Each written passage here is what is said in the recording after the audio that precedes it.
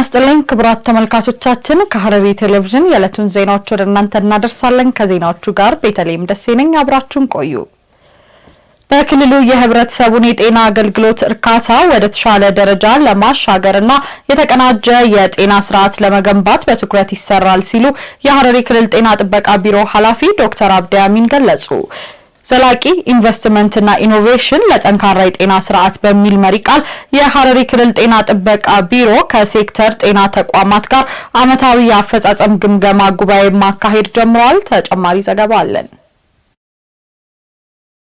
ዘላቂ የኢንቨስትመንትና ኢኖቬሽን ለጠንካራ የጤና ስርዓት በሚል መሪ ቃል የሐረሪ ክልል ጤና ጥበቃ ቢሮ ከሴክተር ጤና ተቋማት ጋር ዓመታዊ የአፈጻጸም ግምገማ ጉባኤን ማካሄድ ጀምሯል። በመድረኩ የመክፈቻ ንግግር ያደረጉት የቢሮ ኃላፊ ዶክተር አብዲ አሚን የግምገማው ዋና ዓላማ በጤናው ዘርፍ የተከናወኑ ተግባራትን በግልጽነትና በተጠያቂነት በመፈተሽ የተመዘገቡ ስኬቶችን ማጠናከርና ያጋጠሙ ማነቆችን በመለየት በቀጣይ የሥራ ዘመን ግልጽ አቅጣጫ ማስቀመጥ መሆኑን ገልጸዋል። ዶክተር አብዲ በግምገማ መድረኩ አራት ዋና የትኩረት መስኮች ላይ ትኩረት ተደርጎ ውይይት እንደሚደረግም አስገንዝበዋል። የመጀመሪያው ትኩረት ሁሉን አቀፍ የጤና አገልግሎት ሽፋን ከማሳካት አንጻር የመከላከል የመታደግና የማስታገስ አገልግሎቶች ማህበረሰቡን ለፋይናንስ እንግልት ሳይዳርጉ ተደራሽ ማድረግ የተቻለበት ደረጃን በጥልቀት የሚፈተሽበት መሆኑን ጠቁመዋል። ከድንገተኛ የጤና አደጋዎች ማህበረሰቡን የመጠበቅ ስራዎች የሚገመገሙ ሲሆን በወረርሽኝ በተፈጥሮና በሰው ሰራሽ አደጋ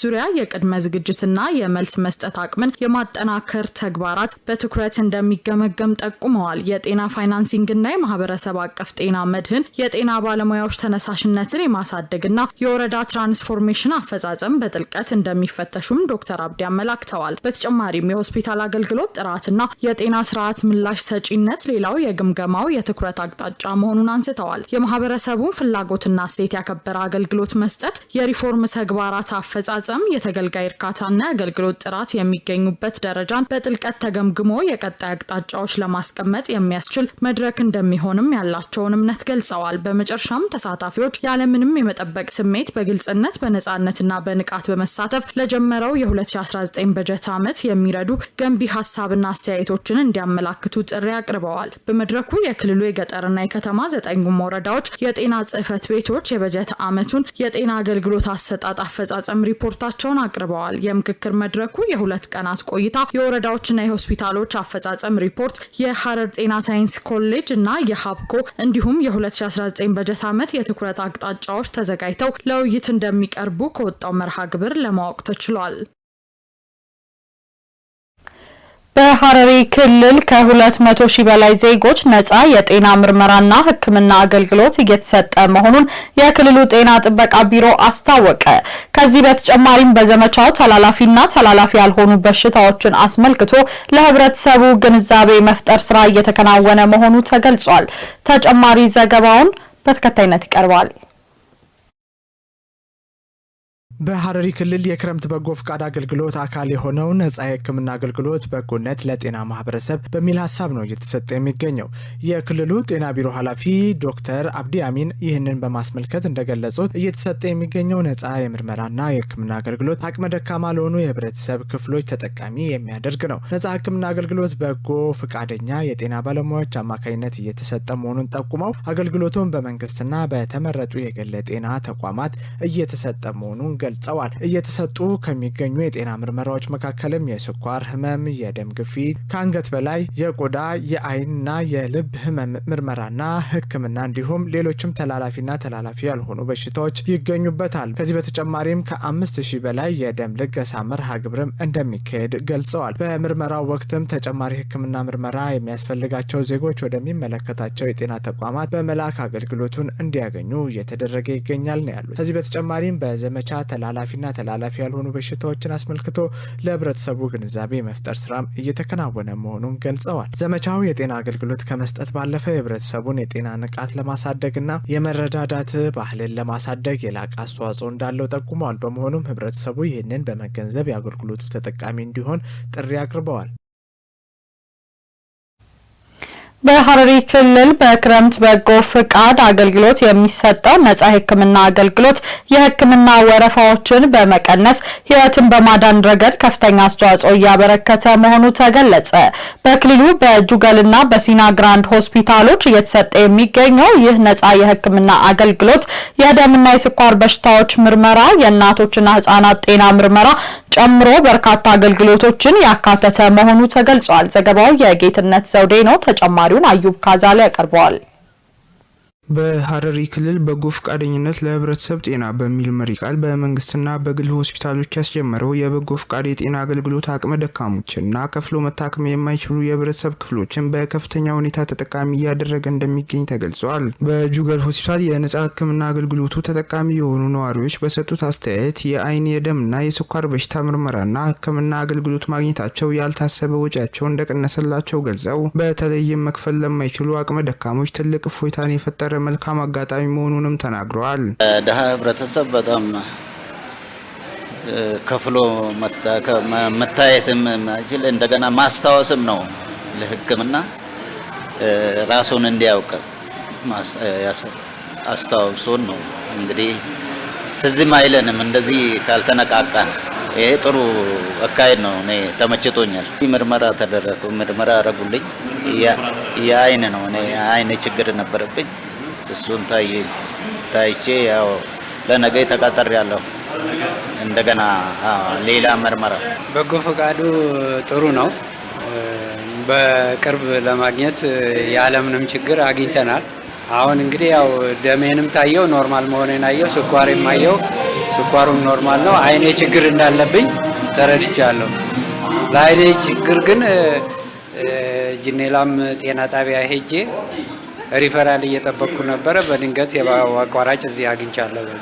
በተመሳሳይ በሲና ግራንድ ሆስፒታል የታከሙ ነዋሪዎች በበኩላቸው በአይን ህመም ሲሰቃዩ መቆየታቸውን አስታውሰው ከህመም አቅማቸው በላይ የነበረውና ለእያንዳንዳቸው ከ10,000 ብር በላይ ያስወጣ የነበረውን ሕክምና በአሁኑ ወቅት በነጻ በማግኘታቸው ከፍተኛ ደስታ እንደተሰማቸው ገልጸዋል። አይ ጥሩ ነው። ስኳርና ግፊት አይን ቼክ ለመደረግ ነበር የመጣሁት። በደንብ ተስተናግጃለሁ፣ ተደርጌያለሁ። በጎ ፈቃድ ቆንጆ ነው።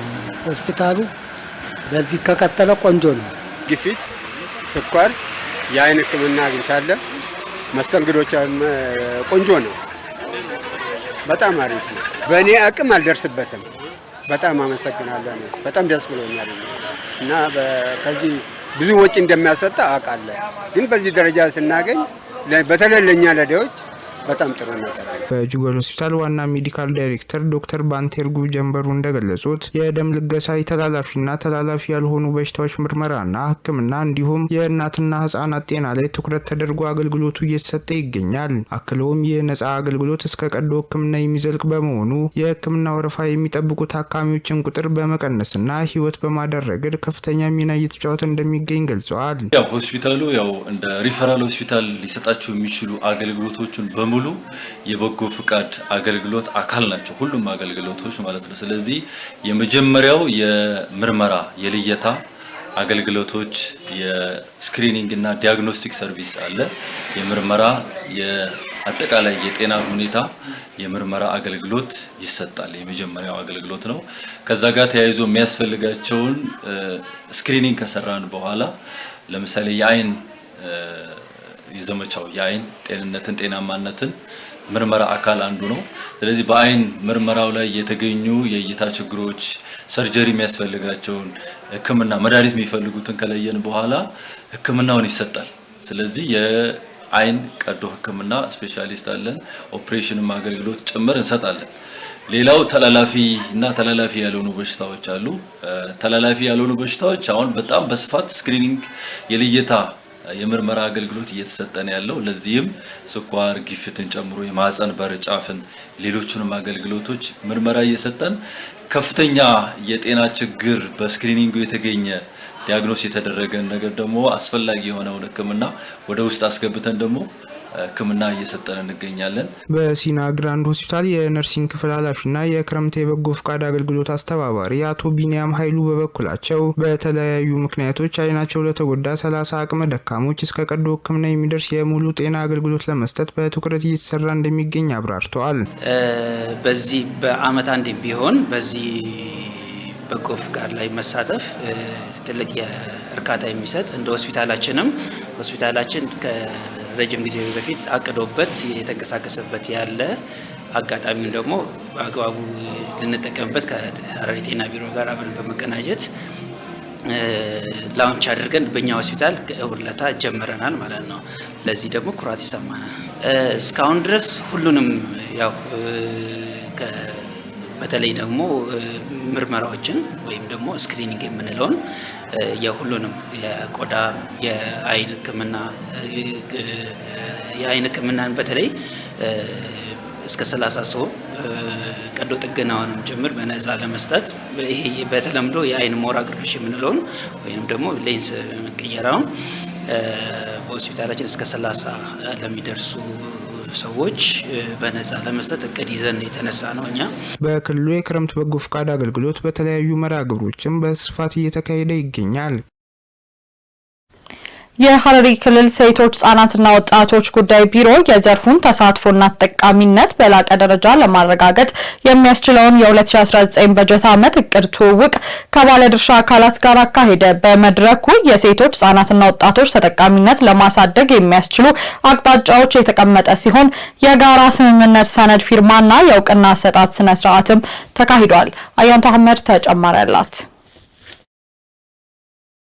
የሀረሪ ክልል ሴቶች ህጻናትና ወጣቶች ጉዳይ ቢሮ የ2019 በጀት ዓመት እቅድ ትውውቅ ከባለድርሻ አካላት ጋር አካሂዷል። የቢሮ ኃላፊ ወይዘሮ ረምዚ አብዱል ወሃብ መድረኩን በንግግር ሲከፍቱ የቢሮ እቅዶች በተፈለገው ደረጃ እንዲፈጸሙ የመንግስት ተቋማት፣ የልማት አጋሮች፣ የሲቪል ማህበራት፣ የሃይማኖትና የመገናኛ ብዙሃን ተቋማት የሚያደርጉት የተቀናጀ ትብብር ወሳኝ መሆኑን ገልጸዋል። በ2018 በጀት ዓመት የታዩ ጥሩ ጎኖች ተጠናክረው መቀጠል እንዳለባቸው ገልጸው በ2019 በጀት ዓመት የታቀዱ እቅዶች በታቀደው መሰረት መከናወን እንዳለባቸው አስገንዝበዋል። መድረኩም ከባለድርሻ አካላት ጋር በቀጣይ በጀት ዓመት እቅዶች ላይ የጋራ መግባባት በመፍጠር የሴቶች ህጻናትና ወጣቶች ተጠቃሚነትን የበለጠ ለማሳደግ የሚያግዙ አቅጣጫዎችን ለማስቀመጥ እንደሚያስችል ጠቁመዋል። በመሆኑም ሁሉም ባለድርሻ አካላት የበኩላቸውን ኃላፊነት በቁርጠኝነት እንዲወጡ ጥሪ አቅርበዋል። በመድረኩ የቢሮ እቅድና ክትትል ዳይሬክተር አቶ ብሩክ ንጉሴ 2019 በጀት ዓመት እቅድን በዝርዝር ያቀረቡ ሲሆን የቢሮን ስትራቴጂያዊ ዓላማዎች፣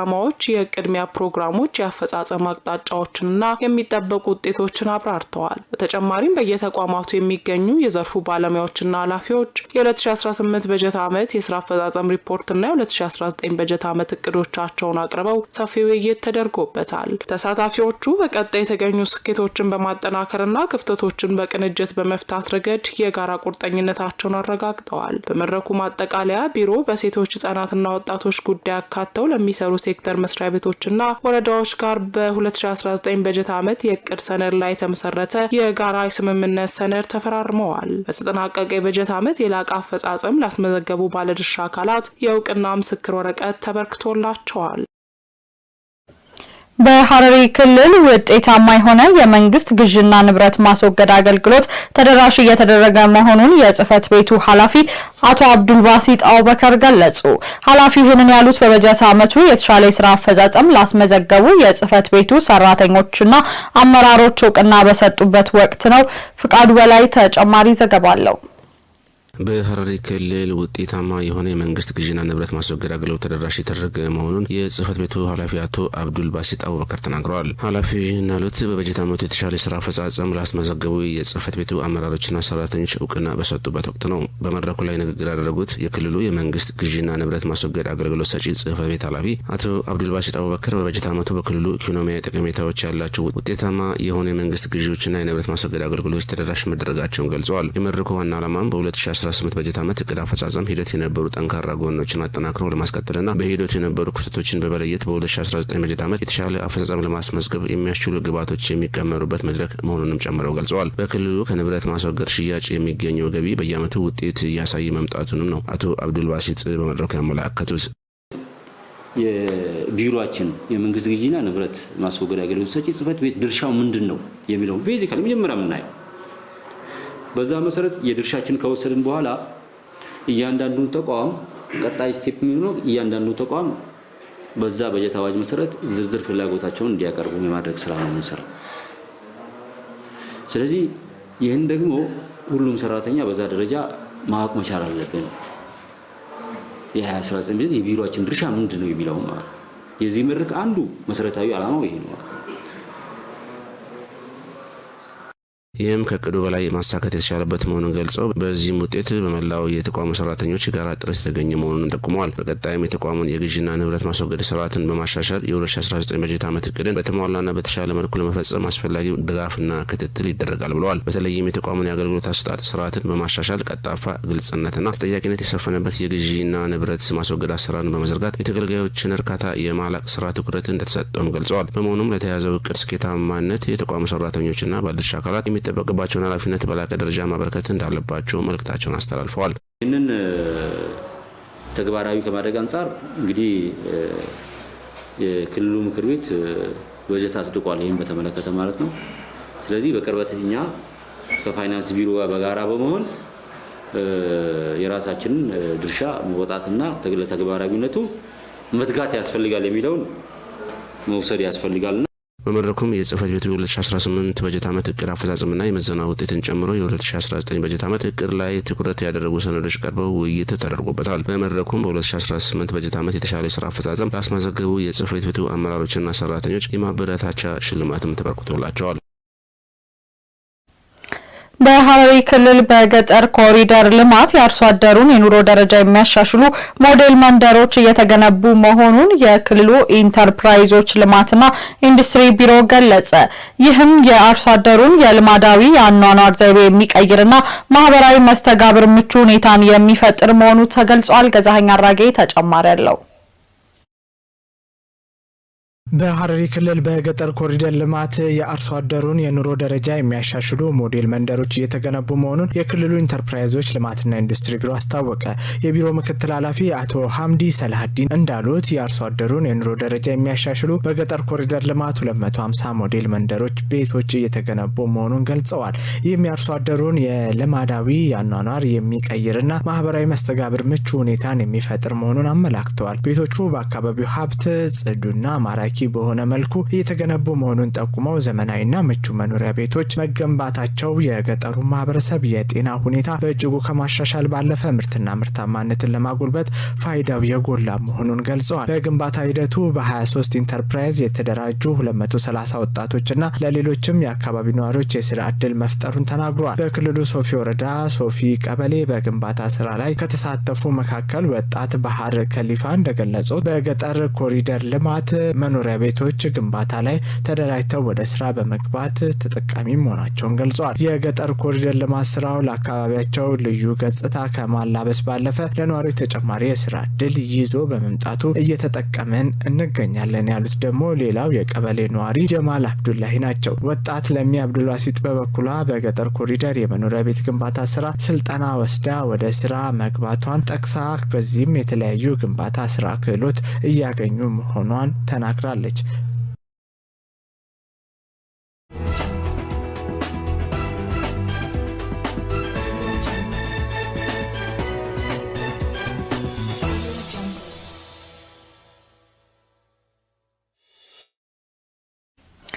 ዜናዎቻችን እንደቀጠሉ ናቸው። ወደ ሀገር አቀፍ ዘገባዎች አለፍን።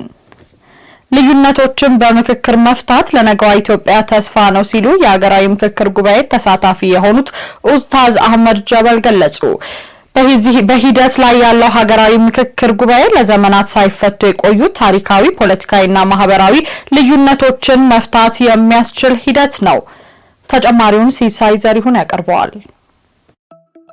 በኢትዮጵያ እየተካሄደ የሚገኘው የሀገራዊ ምክክር በሀገሪቱ ባሉ ዋና ዋና ችግሮች ላይ የጋራ መግባባት ለመፍጠርና ልዩነቶችን ለመፍታት ለኢትዮጵያ አዲስ መንገድ የሚከፍት መሆኑን የጉባኤው ተሳታፊ የሆኑት ኡስታዝ አህመድ ጀበል ገልጸዋል። ከሁሉም የሀገሪቱ አቅጣጫዎች የተውጣጡ አካላትን በአንድ ጠረጴዛ ላይ ያሰባሰበ መሆኑ ቀደም ሲል በየአካባቢው ታፍነው የቆዩ ቅሬታዎችንና አከራካሪ ጉዳዮች ጠረጴዛ ላይ ቀርበው ውይይት እንዲደረግባቸው አስችሏል ብለዋል። የሌሎችን ቅሬታ ጥያቄና ስሜትን በቅርበት ለመስማት ለመረዳትና ለማክበር ትልቅ ዕድል እንደሚፈጥር አክለው ገልጸዋል። በሰለጠነ መንገድ ለመወያየትና የሌሎችን ችግሮች እይታን በጥሞና የመስማት ባህል ሊጎለበት እንደሚገባ የገለጹት ኡስታዝ አህመዲን ጀበል ከሁሉም በላይ ከአንድ አይነትነት ይልቅ አንድነት ያስፈልጋል ብለዋል። ሀገራዊ ምክክሩ በውይይት የልዩነቶቻችንን አድማስ ማጥበብ መቻሉ ለነገይቱ ኢትዮጵያ ትልቅ ተስፋን የሚሰጥ ነው ያሉት ኡስታዝ አህመዲን በልዩነቶች ዙሪያ መነጋገር መቻሉ በራሱ የመግባባት መንፈስን ይፈጥራል ሲሉ አንስተዋል። በምክክሩ ሊፈቱ የሚችሉ በሂደት የሚታዩና በህዝብ ውሳኔ መወሰን ያለባቸውን አጀንዳዎችም ለመለየት ያግዛል። በኃይልና በሌሎች አጥፊ መንገዶች የሚደረጉ እንቅስቃሴዎች ሀገርን ከፍተኛ ዋጋ የሚያስከፍሉ በመሆናቸው በምክክሩ ያልተሳተፉ አካላት በውይይት ችግሮችን ለመፍታት ፈቃደኛ ሊሆኑ እንደሚገባም ጥሪያቸውን አቅርበዋል። የኢትዮጵያን ብሔራዊ ጥቅም በቀጥታም ሆነ በተዘዋዋሪ መንገድ በሚቀናቀኑ አጀንዳዎች ዙሪያ ሁልጊዜም ግብጾች አሉ ሲሉ አምባሳደር ዲና ሙፍቲ ገለጹ። በሌላ ዜና መሶብ የአንድ ማዕከል አገልግሎት በአገር አቀፍ ደረጃ የሚመራበት የ3 ዓመት ስትራቴጂ ፍኖተ ካርታ በዛሬው ዕለት ይፋ ተደርጓል። ምስክር ለማ እኝንና መሰል ሀገር አቀፍ ዘገባዎችን በተከታይነት ታደርሰናለች።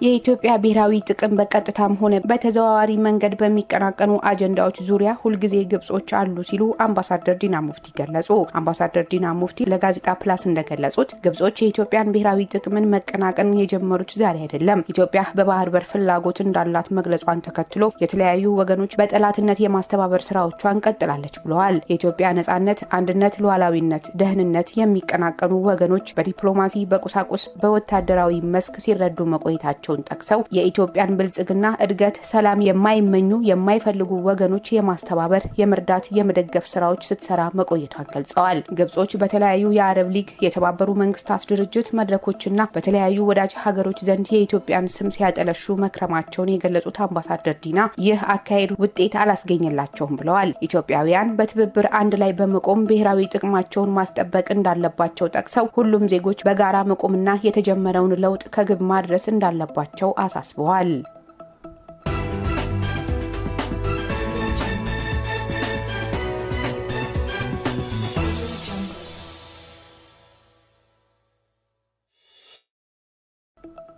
መሶብ የአንድ ማዕከል አገልግሎት በአገር አቀፍ ደረጃ የሚመራበት የ3 ዓመት ስትራቴጂክ ፍኖተ ካርታ በዛሬው ዕለት ይፋ አድርጓል። የፌዴራል መሶብ አንድ ማዕከል አገልግሎት ዋና ስራ አስፈጻሚ አቶ ዮናስ አለማየሁ እንዳሉት ፍኖተ ካርታው አገልግሎቱ በአገር አቀፍ ደረጃ መመምሰል እንዳለበት የሚጠቁም ነው። የክልል መሶብ አንድ ማዕከል አገልግሎት ኃላፊዎች በተገኙበት ይፋ የሆነው ይህ ፍኖተ ካርታ የዲጂታል ኢትዮጵያ 2030 እቅድን መነሻ አድርጎ መዘጋጀቱን ማመላከታቸውን ፋና ብሮድካስቲንግ ዘግቧል።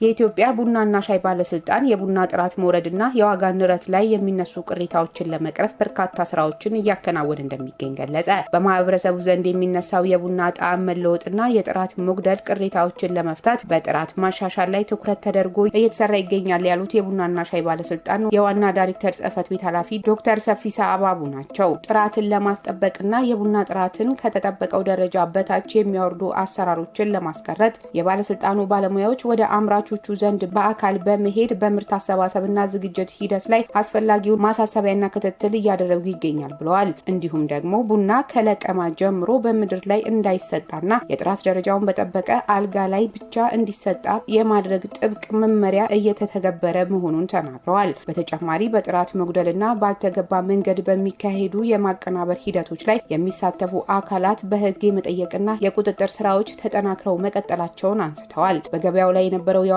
ንረት ለማረጋጋት ከመሸጫ ጊዜው በፊት አምራቾችንና ከገዢዎች ጋር የግንዛቤ ፈጠራና ማስጠንቀቂያ መልእክቶች መተላለፋቸውን ያነሱት ኃላፊው በገዢዎች መካከል የሚደረጉ አላስፈላጊ የሽሚያ ምክንያቶች የዋጋ ጭማሪ እንዲኖር እያደረጉ መሆናቸውን አክለዋል።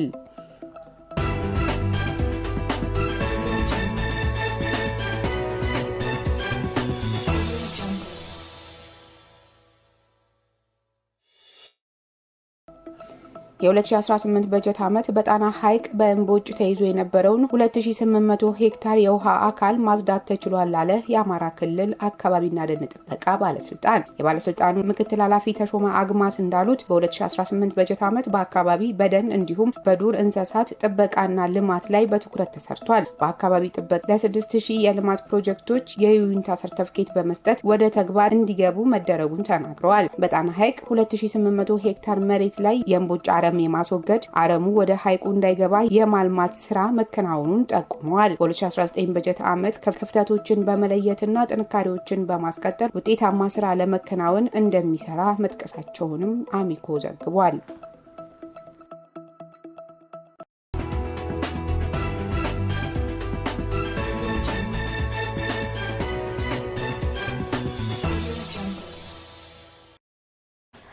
የውጭ ዜና የነዳጅ ዋጋ ከግንቦት ወዲህ ለመጀመሪያ ጊዜ ከፍተኛ ጭማሪ አሳየ። በአሜሪካና ኢራን መካከል የሚካሄደው ግጭት መልሶ ከተቀሰቀሰ በኋላ ከግንቦት ወዲህ ለመጀመሪያ ጊዜ የነዳጅ ዋጋ በበርሜል $100 ደርሷል። የነዳጅ ዋጋ የአሜሪካ ጥቃት ከቀጠለባቸው ባለፉት ቀናቶች በየዕለቱ እየጨመረ ሲሆን የድፍድፍ በርሜል ዋጋ የሚተመንበት ብሬንት በ5 በመቶ ጨምሮ $100 ደርሷል። የአሁኑ ከፍተኛ ጭማሪ የተመዘገበው የየመን ሁቲ ታጣቂዎች በቀይ ባህር ላይ በሚያልፉ ነዳጅ ጫኝ መርከቦች ላይ ጥቃት ከፈጸሙ በኋላ ነው። ይህ ጥቃት የሆርሙዝ ወሽመጥ መዘጋቱን ተከትሎ ሳውዲ አረቢያ የነዳጅ ምርቷን ወደ ውጭ የምትልክበት ወሳኙን የቀይ ባህር መስመር አደጋ ላይ ጥሏል። ከነዳጅ በተጨማሪም የጋዝ ዋጋም ጭማሪ አሳይቷል። ሐሙስ ዕለት በሆርሙዝ ወሽመጥ በኩል ለማቋረጥ የሞከረ አንድ ነዳጅ ጫኝ መርከብ ላይ ፍንዳታ ተከስቶ እሳት ከተነሳ በኋላ 3 መርከቦች ጉዟቸውን ማቋረጣቸውን የኢራን እስላማዊ አብዮታዊ ዘብ አስታውቋል።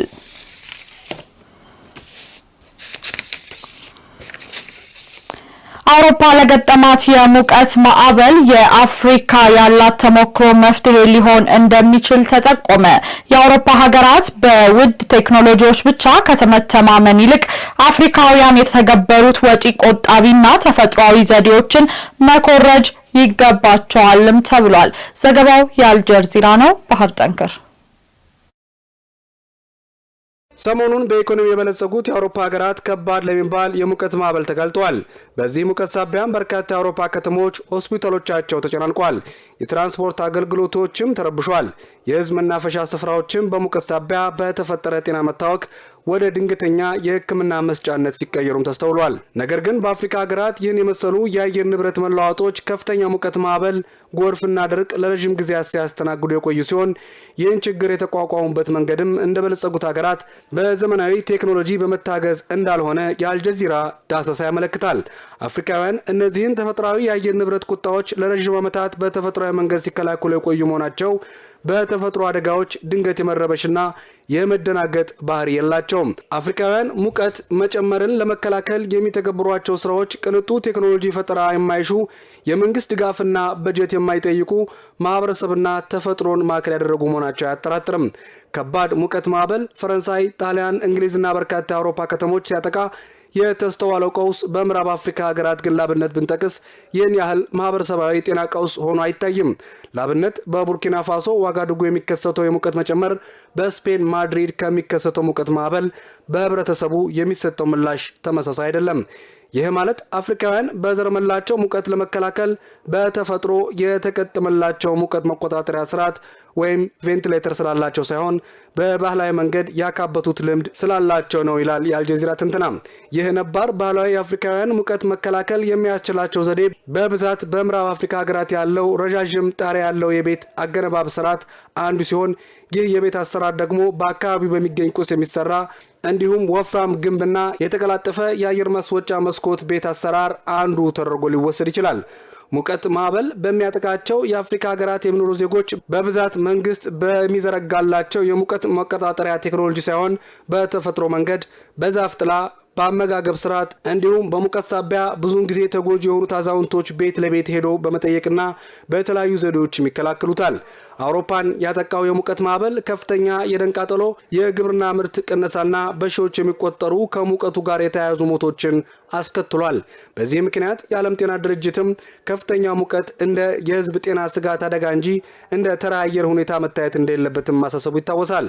ባለሙያዎች እንደሚሉት የአውሮፓ ሀገራት በውድ ቴክኖሎጂዎች ብቻ ከመተማመን ይልቅ በአፍሪካውያን የተተገበሩ ወጪ ቆጣቢና በተፈጥሮ ላይ የተመሰረቱ የመላመድ ዘዴዎች መኮረጅ መፍትሄና ሊዘነጋው የማይገባር ተግባር መሆኑን አልጀዚራ ያትታል።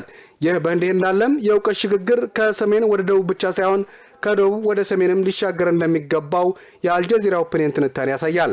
አፍሪካ በአየር ንብረት ለውጥ መላመድ ዘርፍ ያካበተችው ተፈጥሮም ለዓለም ተምሳሌት መሆን ይችላል።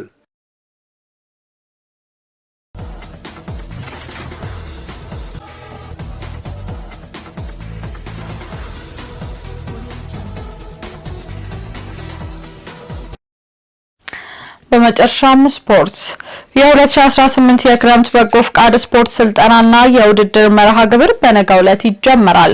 የሐረሪ ክልል ስፖርት ኮሚሽን አቶ ሙራድ አብዲ እንደገለጹት ከሐምሌ 18 እስከ ነሐሴ 30 በሚቆየው መድረክ ህጻናትና ወጣቶች ክረምቱን በስፖርት እንዲያሳልፉ ታሳቢ ያደረገ ዝግጅት መሆኑን ገልጸዋል። ድሉግሩም ጌታሁን ተጨማሪ ያለው የ2018 የክረምት በጎ ፍቃድ ስፖርትና ስልጠና ውድድር መርሃ ግብር በነገው ዕለት በይፋ ይጀምራል። የሐረሪ ክልል ስፖርት ኮሚሽን አቶ ሙራድ አብዲ ውድድሩን ከኢትዮጵያ ባህልና ስፖርት ኮሚሽን እንዲሁም ከሐረሪ ክልል ሴቶች ወጣቶችና ህጻናት ቢሮ ጋር በጋራ በመተባበር መሆኑን ገልጸዋል።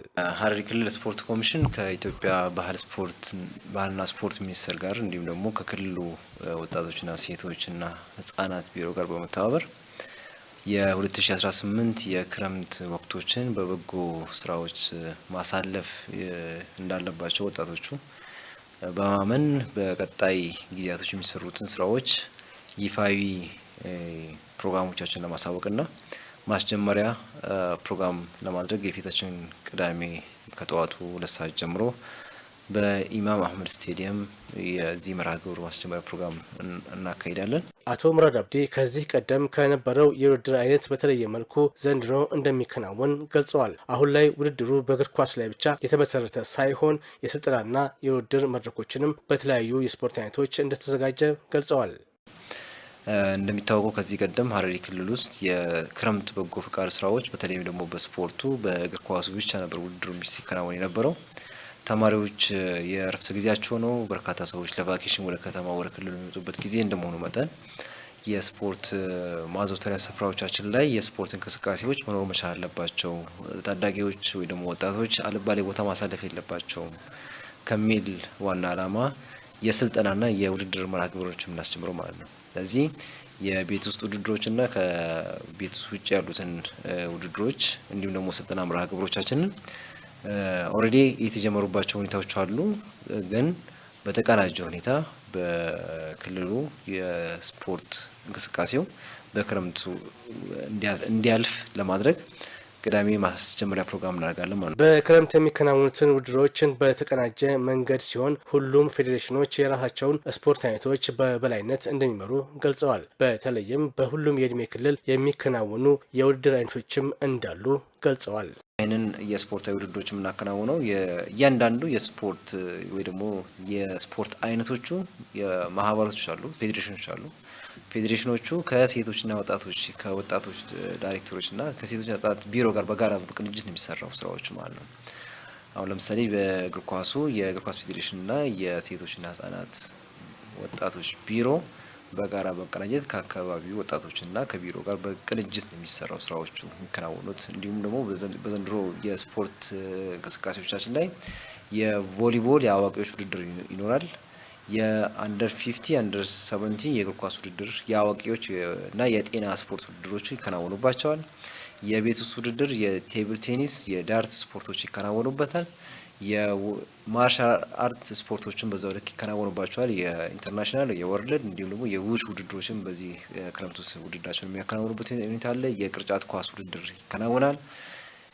የቼዝ ውድድሮችም ይከናወናል። ሁሉም በየአቅሙ በሚችለው በታለንቱ ባለበት ዘርፍ ውስጥ ገብቶ ክረምቱን በስፖርት እንቅስቃሴ እንዲያሳልፍ ከማለት የክረምት በጎ ፍቃድ እንቅስቃሴ ላይ ሁሉም ባለድርሻ አካላት እንዲሳተፉ ጥሪም አቅርበዋል። እንግዲህ ስፖርታዊ የክረምት የስፖርት እንቅስቃሴው ላይ ሁሉም ባለድርሻ አካል እንዲሳተፍ ጥሪያችንን እናስተላልፋለን። የክረምት በጎ ፍቃድ ውድድር እንደምንጊዜውም ከስፖርቱ ጎን ለጎን የደም ልገሳና የችግኝ ተከላ መርሃ ግብርም እንደሚከናወንበት ተገልጿል።